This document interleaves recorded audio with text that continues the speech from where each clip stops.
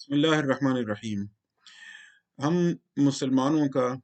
عقیدہ یہ ہے کہ تورات وہ کتاب ہے جو حضرت موسیٰ علیہ السلام پر اللہ تعالیٰ نے نازل کی تھی، جبکہ یہودی اور مسیحی اپنی کتاب مقدس یا بائبل کے ابتدائی 5 جو صحیفے ہیں ان کے مجموعے کو تورات کہتے ہیں، اور چونکہ یہ 5 صحیفے ہیں تو اس وجہ سے ان کو یونانی زبان میں پینٹاٹیوک کہتے ہیں، یعنی 5 صحیفے۔ اسفار خمسہ کے نام سے بھی یہ ترکیب اردو میں اس وجہ سے رائج ہے۔ اسفار صفر کی جمع ہے، سین فے رے، اور صفر صحیفے کو کہتے ہیں، تو 5 صحیفے پینٹاٹیوک ان کے مجموعے کو تورات کہا جاتا ہے۔ تورات عبرانی زبان میں شریعت کو کہتے ہیں، قانون کو کہتے ہیں، اور یہودیوں کے ہاں بالخصوص اور مسیحیوں کے ہاں بھی جب شریعت کا لفظ بولا جاتا ہے، لا کہا جاتا ہے، موسیٰ کی شریعت کہا جاتا ہے، تو مراد اس سے تورات ہوتی ہے۔ لیکن وہ تورات جو ان 5 صحیفوں کے اندر موجود ہے، یعنی وہ شریعت ان 5 صحیفوں کے اندر موجود ہے، لیکن ان 5 صحیفوں کو بھی اکٹھے تورات کہا جاتا ہے ان کے ہاں۔ مسلمان اہل علم نے عام طور پر یہ رائے قائم کی ہے کہ چونکہ مختلف حوادث کی بنا پر وہ جو موسیٰ علیہ السلام پر نازل ہونے والی تورات تھی، اس کا بہت سارا حصہ ضائع ہو چکا، بعد میں مختلف ٹکڑے اکٹھے کیے گئے، تو وہ ٹکڑے اس موجودہ تورات میں جو اسفار خمسہ ہیں ان میں وہ بکھرے ہوئے ملتے ہیں۔ اس پہلو پر مسلمانوں کا جو نظریہ ہے یا نظریات ہیں ان پر ہم الگ سے تفصیلی گفتگو کریں گے، لیکن آج میں یہ واضح کرنا چاہتا ہوں کہ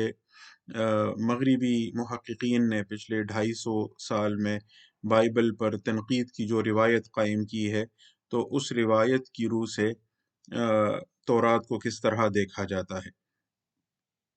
یہودیوں کا اور مسیحیوں کا بالعموم روایتی موقف یہ رہا ہے کہ یہ 5 صحیفے سیدنا موسیٰ علیہ السلام نے لکھے تھے اور لکھوائے تھے، لیکن اس میں مسئلہ یہ ہے اس موقف میں کہ بعض مقامات ایسے ہیں جن کا ذکر ان 5 صحیفوں میں آتا ہے، اور سیدنا موسیٰ علیہ السلام وہاں تک اپنی زندگی میں پہنچے نہیں تھے۔ اسی طرح کئی اور امور ہیں، لیکن بالخصوص یہ بات قابل غور ہے کہ جو 5ویں صحیفے کا آخری باب ہے، باب 34واں جو باب ہے، اس میں حضرت موسیٰ علیہ السلام کی وفات اور تدفین کا بھی ذکر ہے، اور ظاہر ہے وہ اپنی وفات کا اور تدفین کا واقعہ خود تو نہیں لکھ سکتے تھے۔ تو 6 صدی عیسوی میں ہی بعض یہودی علماء نے یہ رائے قائم کی تھی کہ یہ جو سفر استثناء، یعنی جو 5واں صحیفہ ہے اس کا نام استثناء ہے، یا اس کو تصنیع شرع بھی کہتے ہیں، اس پر بھی بات کریں گے انشاءاللہ۔ تو بہرحال یہ جو 5واں صحیفہ ہے، ان یہودی علماء کا یہ کہنا ہے کہ اس کا جو آخری باب ہے وہ اصل میں اس صحیفے کا باب نہیں ہے، بلکہ اس کے بعد جو سفر یوشع ہے، یوشع علیہ السلام کی طرف جو منسوب ہے، تو یہ اصل میں اس کا پہلا باب ہے۔ یوشع علیہ السلام نے حضرت موسیٰ علیہ السلام کے بعد بنی اسرائیل کی رہنمائی کا فریضہ انجام دیا تھا، تو ان 5 صحیفوں کے بعد جو 6واں صحیفہ ہے وہ حضرت یوشع علیہ السلام کی طرف منسوب ہے۔ تو ان یہودی علماء کا یہ موقف ہے کہ یہ جو سفر استثناء کا آخری باب ہے جس میں حضرت موسیٰ علیہ السلام کی وفات اور تدفین کا ذکر ہے، تو یہ اصل میں حضرت یوشع علیہ السلام کے صحیفے کا پہلا باب ہے۔ بہرحال اور بھی ان صحائف کے اندر، یہ جو اسفار خمسہ ہیں، ان کے اندر کئی متضاد اور متناقض قسم کی روایات پائی جاتی ہیں، اور بعض اوقات لگتا یہ ہے کہ مختلف روایتوں کو اکٹھا کر کے ایک قسم کی تلفیق پیدا کر کے ایک الگ سے روایت بنائی گئی ہے۔ تو اس وجہ سے جب مغرب میں بائبل پر تنقید کا سلسلہ شروع ہوا، تو پچھلے 250 سال میں اب یوں کہیں جو عام طور پر رائج رائے ہے تو وہ یہ ہے کہ یہ کتابیں، یہ 5 جو صحیفے ہیں، حضرت موسیٰ علیہ السلام سے صدیوں بعد لکھے گئے ہیں، اور ان کو اب سیدنا موسیٰ علیہ السلام کی تصنیف نہیں مانا جاتا، بلکہ جو عام طور پر علمی حلقوں میں بائبل کے مطالعے کے حوالے سے رائج نظریہ ہے اس کو دستاویزی نظریہ کہا جاتا ہے، اور جس کا خلاصہ یہ ہے کہ مختلف 4 مختلف قسم کی دستاویزات سے مختلف ادوار میں چیزیں لے لے کر بالآخر یہ جامع شکل اسوار خمسہ کی بنی ہے۔ اس نظریے پر میں تفصیلی وضاحت پیش کرنا چاہوں گا، کیونکہ ایک جانب اس نے کئی اہم سوالات کے جوابات دیے ہیں، تو کئی اہم سوالات اس کی وجہ سے پیدا بھی ہوئے ہیں، اور وہ سوالات صرف یہودیوں اور مسیحیوں کے لیے نہیں بلکہ مسلمان اہل علم کے لیے بھی ہیں۔ اس لیے بائبل پر تنقید کے حوالے سے مغربی محققین کی آراء کو جوں کا توں لے کر جیسے ہمارے بہت سارے مسلمان اسکالرز کرتے ہیں، یہ روش قابل اطمینان نہیں ہے، اور اس میں بہت سارے مسائل پیدا ہوتے ہیں۔ ان مسائل کا میں ذکر کروں گا، لیکن پہلے میں جو مغرب میں بائبل پر تنقید کی روایت ہے، بیبلیکل کرٹیسزم کی، اس کی وضاحت کرنا چاہوں گا۔ آج میں اس تنقید کا جو یوں کہیں پہلا رخ ہے، جس کو ابتدائی تنقید کہا جاتا ہے یا لوور کرٹیسزم، تو اس کی وضاحت کروں گا۔ پھر اگلی نشست میں انشاءاللہ وہ جو ہائر کرٹیسزم جس کو کہا جاتا ہے، تنقید عالی، اس کی وضاحت کروں گا، کیونکہ اس کے بعد ہی یہ نظریہ جو مغربی محققین کے ہاں اب ایک طرح سے یوں کہیں ورکیبل یا ورکنگ ہیپوتھیسس کی صورت اختیار کر چکا ہے، اور تقریباً ان کے ہاں ایک مسلمہ مفروضے کے طور پر اس کی بنیاد پر بات شروع کی جاتی ہے جب بھی بائبل پر بات ہوتی ہے۔ تو اس لیے اس نظریے کی اہمیت بہت زیادہ ہے، اس کو سمجھنے کے لیے اس تنقید کی بنیادیں سمجھنا ضروری ہے۔ اس تنقید کا جو پہلا مرحلہ ہوتا ہے اس کو تنقید ابتدائی کہتے ہیں، لوور کرٹیسزم، اور اس مرحلے پر یہ متعین کرنے کی کوشش کی جاتی ہے کہ یہ جو اسفار خمسہ ہیں یا بائبل کے دیگر صحائف ہیں، تو ان کا جو اصل عبرانی متن تھا، مستند متن تک رسائی کیسے ممکن ہو سکے، یہ ہدف ہے۔ اور کہا جاتا ہے کہ عزرا، یعنی جو بہت سارے مسلمان اہل علم کا خیال ہے کہ قرآن کریم میں جن کو عزیر کہا گیا ہے، تو ان سے مراد یہ عزرا ہی تھے، جنہوں نے بابل جلاوطنی کے دوران میں یہودیوں کے لیے بائبل کے صحائف اکٹھا کی، اور بالخصوص تورات کے بارے میں کہا جاتا ہے کہ انہوں نے مرتب کر کے یہودیوں کے حوالے کی۔ تو اس زمانے سے صحائف کی کتابت کا کام جن لوگوں کے سپرد کیا گیا تھا، عبرانی زبان میں ان کو سفریم کہتے تھے، یعنی لکھنے والے، یعنی کاتبین۔ اور دلچسپ بات یہ ہے کہ قرآن کریم میں ایک جگہ قرآن کریم کے لکھنے والوں کو سفرہ کہا گیا ہے، بے ایدی سفرہ، سفرہ کے ہاتھوں سے۔ سفرہ جمع ہے، ظاہر ہے جیسے طلبہ جمع ہے، تو اسی طرح یہ لکھنے والے یعنی صحیفہ لکھنے والے مراد ہیں، تو ان کو عبرانی زبان میں سفریم کہتے تھے۔ یہاں یہ بات بھی قابل ذکر ہے کہ عبرانی زبان میں صرف جو حروف صحیحہ ہیں یعنی کانسوننٹس، صرف وہی پائے جاتے ہیں، جیسے بے، جیم، دال وغیرہ، اور جو حروف علت ہیں، واولز، جیسے الف، واو، یہ نہیں پائے جاتے۔ اور ابتدا میں یہ سفریم جس طرح کتابت کرتے تھے، تو اس کتابت میں یہ حروف صحیحہ نہیں ہوتے تھے، اسی طرح زیر زبر پیش کی علامات نہیں ہوتی تھیں، اعراب جنہیں کہا جاتا ہے، یہ نہیں لگائے جاتے تھے۔ لیکن اس وقت چونکہ عبرانی بولی بھی جاتی تھی، تو اس وجہ سے پڑھنے میں مسئلہ نہیں تھا اتنا زیادہ۔ بعد میں جب عبرانی بطور ایک بولی جانے والی زبان کے یعنی اسپوکن لینگویج کے طور پر ختم ہو گئی، اور صرف کتابت تک اور تحریری دستاویزات تک محدود رہ گئی، اور وہ بھی صرف اہل علم کی سمجھ میں آتی تھی، تو اس وجہ سے بہت سارے مسائل پیدا ہو گئے۔ اچھا، سفریم سے کتابت میں عبارت کے نقل کرنے میں سماعت اور بصارت کی وہی عام غلطیاں ہوتی تھیں جیسے کسی بھی کتاب کے لکھنے میں لوگوں سے ہوتی ہیں، اور مغربی محققین نے کافی تفصیل سے واضح کیا ہے کہ بعض غلطیاں تو اسی طرح یوں کہیں سہون ہو جاتی تھیں، لیکن بعض قصدن بھی کی جاتی تھیں، اور بعض اوقات کچھ چیزیں حاشیے میں وضاحت کے لیے ہوتی تھیں لیکن وہ پھر متن میں داخل ہو جاتی تھیں یا قصدن داخل کر دی جاتی تھیں۔ دانستہ اور نادانستہ غلطیوں کی ایک لمبی فہرست ہے، جیسے مثال کے طور پر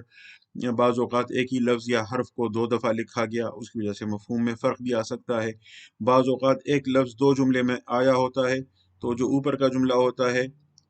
غلطی سے اس کے بعد نظر وہ نیچے والے جملے پر پڑتی ہے تو درمیان میں جو عبارت ہوتی ہے وہ مس ہو جاتی ہے۔ اسی طرح بعض اوقات بعض حروف تہجی عبرانی زبان میں ایسے ہیں جن کی شکل ملتی جلتی ہے، تو اس وجہ سے دیکھنے میں غلطی ہو جاتی ہے اور نون کی جگہ رے لکھ دیا جاتا ہے۔ اب نون اور رے عربی زبان میں ایک دوسرے سے کافی مختلف ہیں، لیکن ان کی شکلیں عبرانی زبان میں ملتی جلتی ہیں۔ اسی وجہ سے یعنی الفاظ کا تلفظ بھی اور بعض اوقات مفہوم بھی تبدیل ہو جاتا ہے۔ اس طرح اگر املا کیا جا رہا ہے کسی کتاب کو، اس کی املا کی جا رہی ہے اور بندہ دوسرا لکھ رہا ہے، تو سننے میں بعض اوقات اشتباہ پیدا ہو جاتا ہے، سننے میں غلطی ہو جاتی ہے، تو لفظ کچھ ہوتا ہے اس سے کچھ اور بن جاتا ہے۔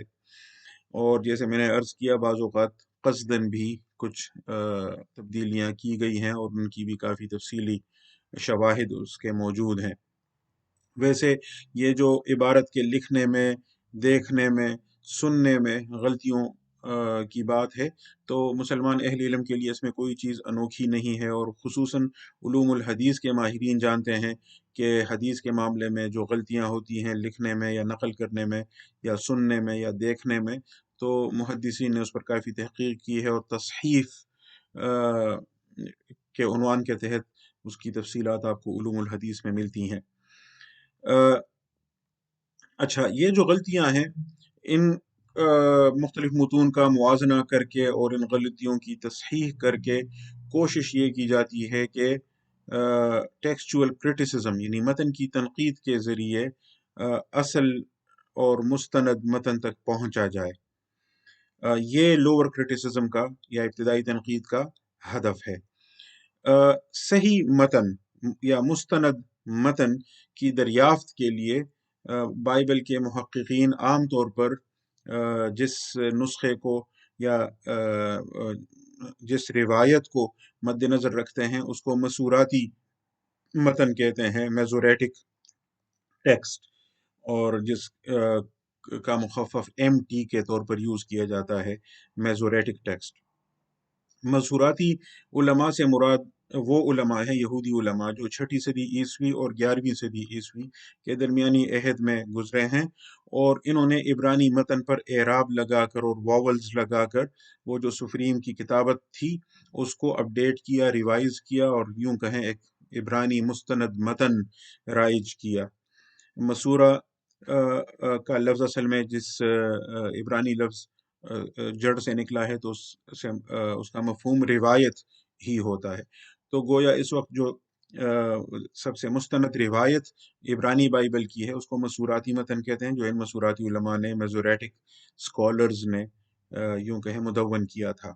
اور قدیم ترین دستیاب مسوراتی متن جس میں پوری یہودی بائبل موجود ہے وہ لینن گراڈ بائبل ہے، جس کے متعلق ماہرین کا یہ ماننا ہے کہ وہ 1008 عیسوی میں پوری ہوئی تھی، لکھی گئی۔ اس وقت کا جو نسخہ ہے وہ لینن گراڈ بائبل کے نام سے مشہور ہے، 1008 عیسوی۔ اچھا، پچھلی صدی کے نصف اول کے اختتام پر یعنی 40 کی دہائی میں اور پھر 50 کی دہائی میں اردن میں اور جو اسرائیل نے جس علاقے کو قبضے میں لیا ہے اس آس پاس علاقے میں بعض غاروں میں بہت ہی زبردست ذخیرہ ملا ہے پرانی مخطوطات کا اور دستاویزات کا، اور وہ ایک دلچسپ کہانی ہے کہ کیسے بھیڑ بکریاں چرانے والے چرواہوں کو کچھ چیزیں ملی، اور پھر جب وہ معلوم ہوا تو وہ تو تقریباً 2000 سال پرانی دستاویزات تھیں، اور ان میں بائبل کے بہت سارے صحائف کے بڑے بڑے ٹکڑے موجود تھے۔ اور یہ پہلی دفعہ ایسا ہوا کہ بائبل کے تقریباً ہر صحیفے کا کچھ نہ کچھ حصہ 2000 سال قبل مسیح کے زمانے کا وہ ملا، اور وہ توماروں کی شکل میں، سکرولز کی صورت میں جیسے ہوتا ہے، تو اس طرح وہ اکٹھے کیے گئے تھے، جمع کیے گئے تھے۔ تو اس وجہ سے ابھی چونکہ بحر مردار کے کنارے ہیں تو ان کو ڈیڈ سی سکرولز کہا جاتا ہے، یعنی بحر مردار کے تومار۔ ان توماروں میں ان پر جو تحقیق کی گئی ہے اس کے متعلق بھی بہت سی کہانی اور افسانے بھی مشہور ہیں، لیکن عام طور پر جو بات مانی جاتی ہے وہ یہ ہے کہ بائبل کے تقریباً ہر صحیفے کے سوائے ایک کے تقریباً باقی ہر صحیفے کے کچھ نہ کچھ ٹکڑے ان میں موجود ہیں، اور عام طور پر یہ مانا گیا ہے کہ یہ پہلی صدی عیسوی کی دستاویزات ہیں۔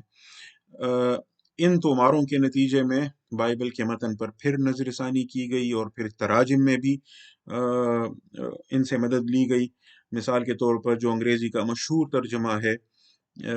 جس کو اتھورائزڈ ورشن بھی کہا جاتا ہے، مستند ترجمہ، جو پروٹسٹنٹ بلکہ خصوصاً جو انگلینڈ کی چرچ کی جانب سے مستند ترین ترجمہ مانا جاتا ہے، کنگ جیمز ورشن کے نام سے، کیونکہ کنگ جیمز کے دور میں 16ویں صدی عیسوی میں کیا گیا تھا۔ تو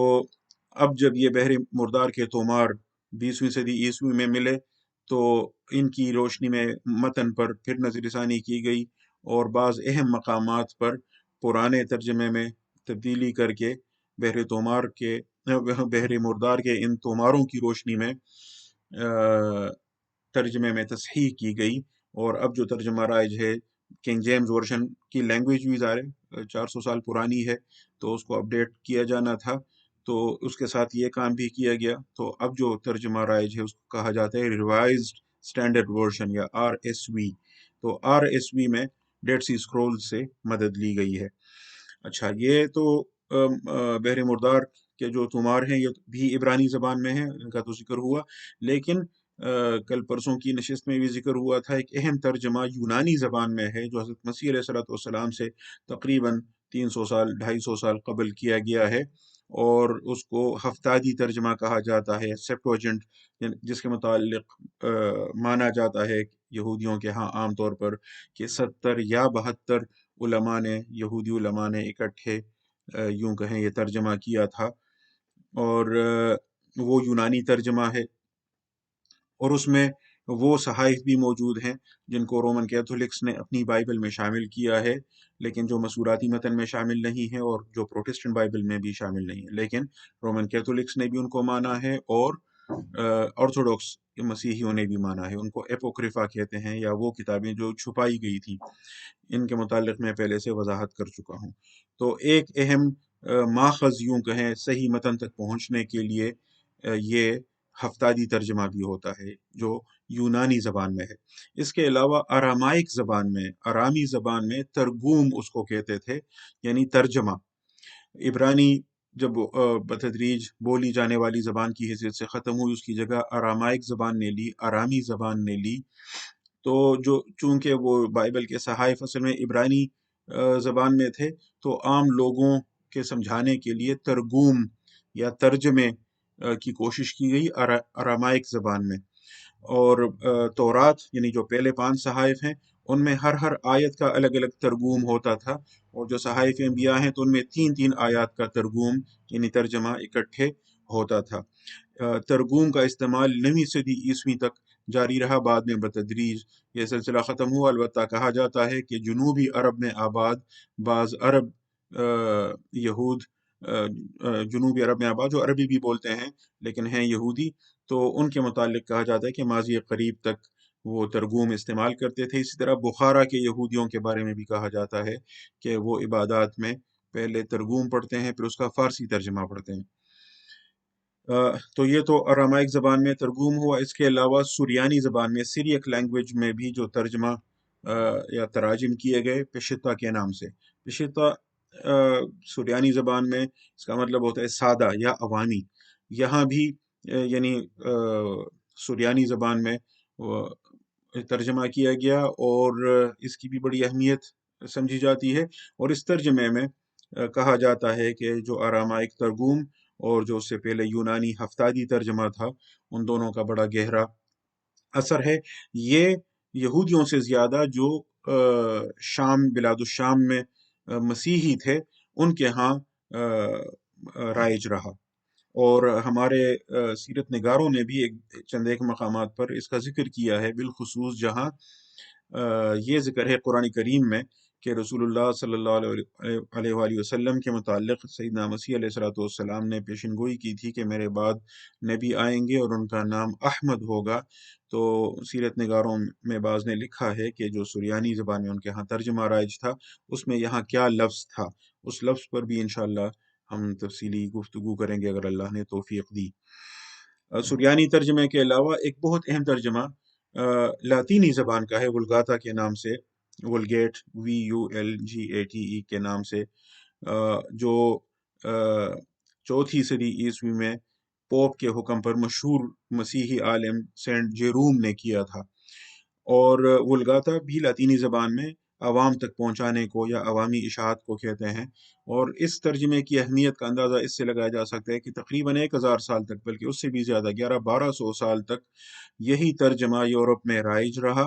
اور اس سے سر منہ انحراف کو ناجائز سمجھا جاتا تھا، یہاں تک کہ 1546 عیسوی میں رومن کیتھولک چرچ نے قرار دیا، یعنی یہ ترجمہ 382 عیسوی میں ہوا تھا، لیکن اس سے 1200 سال بعد بھی رومن کیتھولک چرچ نے 1546 عیسوی میں کاؤنسل آف ٹرینٹ میں اعلان کیا تھا کہ واحد مستند ترجمہ یہی ولگاتا ہے۔ اسی طرح جو انگریزی زبان میں پوری بائبل کا پہلا ترجمہ تھا، ولیم ٹنڈیل نے کیا تھا 1529 میں۔ اس وقت تک انگریزی تراجم بھی، ان کا انحصار بھی ولگاتا پر ہی ہوتا تھا۔ اس طرح ان تراجم کا آپس میں موازنہ کر کے، اور پھر وہ جو عبرانی متن ہے اس پر غور کر کے کوشش کی جاتی ہے کہ اصل متن تک رسائی ہو۔ اور جیسے میں نے عرض کیا، وہ جو اصل متن تھا، ابتدا میں مسوراتی علماء کی کاوشوں سے پہلے اس پر اعراب نہیں ہوتے تھے، مسوراتی علماء نے اس پر اعراب لگائے، زیر زبر لگائے، واولز کا اضافہ کیا تاکہ پڑھنے میں مسئلہ نہ ہو، آسانی ہو۔ عام طور پر مسوراتی علماء کے اس کام کی تحسین کی جاتی ہے، اور انہوں نے جس طرح کے اعراب لگائے ہیں ان کو جوں کا توں مانا جاتا ہے، لیکن کہیں کہیں مغربی محققین جب تنقید میں جاتے ہیں تو وہ کہتے ہیں کہ یہاں اعراب لگانے میں ان سے غلطی ہوئی ہے، جس کی وجہ سے مفہوم میں فرق آیا ہے۔ ایک بڑی دلچسپ مثال یہ دی جاتی ہے کہ جو سفر سلاطین ہے اس میں سیدنا الیاس علیہ السلام کا ذکر ہے، اور اس عبارت کا ترجمہ یہ کیا جاتا ہے کہ کوے ان کے لیے خوراک لایا کرتے تھے۔ یہ سفر اول سلاطین باب 17 میں ہے، آیات 4 سے 7 تک۔ اس میں یہ ذکر ہے کہ کوے حضرت الیاس علیہ السلام کے لیے کھانا لاتے تھے، خوراک لاتے تھے، لیکن کئی مغربی ناقدین کا یہ کہنا ہے کہ مسوراتی علماء نے یہاں اعراب غلط نہیں لگائے، انہوں نے عین پر پیش لگایا تو یہ عربیم ہوا، اور عراب عبرانی زبان میں کوے کو کہتے ہیں جیسے عربی میں غراب کہتے ہیں۔ تو کہتے ہیں یہ مغربی محققین اور ناقدین کہ اگر یہاں پیش کے بجائے آپ زبر لگائیں تو یہ عربیم ہو جائے گا، اور اس کا مطلب یہ ہوگا کہ کوے نہیں بلکہ عرب ان کے لیے خوراک لایا کرتے تھے۔ تو اس طرح متن پر تنقید کر کے اور ترجمے کا موازنہ کر کے اور سیاق و سباق کا جائزہ لے کر کوشش کی جاتی ہے کہ اصل عبارت تک پہنچا جائے، اور پھر جب ایک دفعہ اصل عبارت کی تعیین ہو جائے، ایک مستند متن وجود میں آ جائے، اس کے بعد وہ مرحلہ شروع ہوتا ہے متن پر تحقیق کا، اور جس کو تنقید عالی یا ہائر کریٹیسزم کہا جاتا ہے۔ وہ بہت اہم مرحلہ ہے، اور اس کے نتیجے میں مغربی محققین نے جو مفروضات قائم کیے ہیں وہ ان کے اثرات بہت دور رس ہیں۔ ان پر انشاءاللہ تفصیلی گفتگو اگلی نشست میں کریں گے۔